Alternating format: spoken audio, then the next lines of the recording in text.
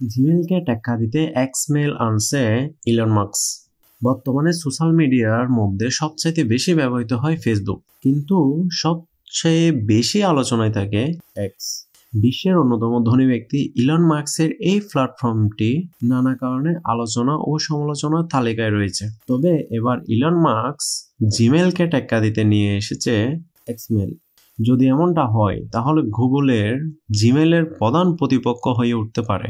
এই বছর ফেব্রুয়ারিতে এক্সমেল নিয়ে নিজেই মুখ খুলেছিলেন ইলন মাস্ক। সেই সময় এক্সের সিকিউরিটি ইঞ্জিনিয়ার নেট ম্যাকগ্র্যাডি জিজ্ঞেস করেছিলেন যে কখন এক্সমেল তৈরি করা হচ্ছে। সেই প্রশ্নের উত্তরে ইলন মাস্ক বলেছিলেন ওটা আসছে। টাইমস নাও এর প্রতিবেদন অনুযায়ী বিশ্বের ইমেল মার্কেটের 53% উপরে রয়েছে অ্যাপেলের ইমেল মার্কেটের দখলে। জিমেলের হাতে রয়েছে 30 থেকে 31%। এছাড়াও আউটলুক, ইয়াহু মেইলের মতো প্ল্যাটফর্মও রয়েছে। এরপরও এক্সমেল নিয়ে শুরু থেকে বড় স্বপ্ন দেখছেন ইলন মাস্ক। টুইটারের মালিকানা নেওয়ার পর থেকে ইলন মাস্ক এর নাম রাখেন এক্স।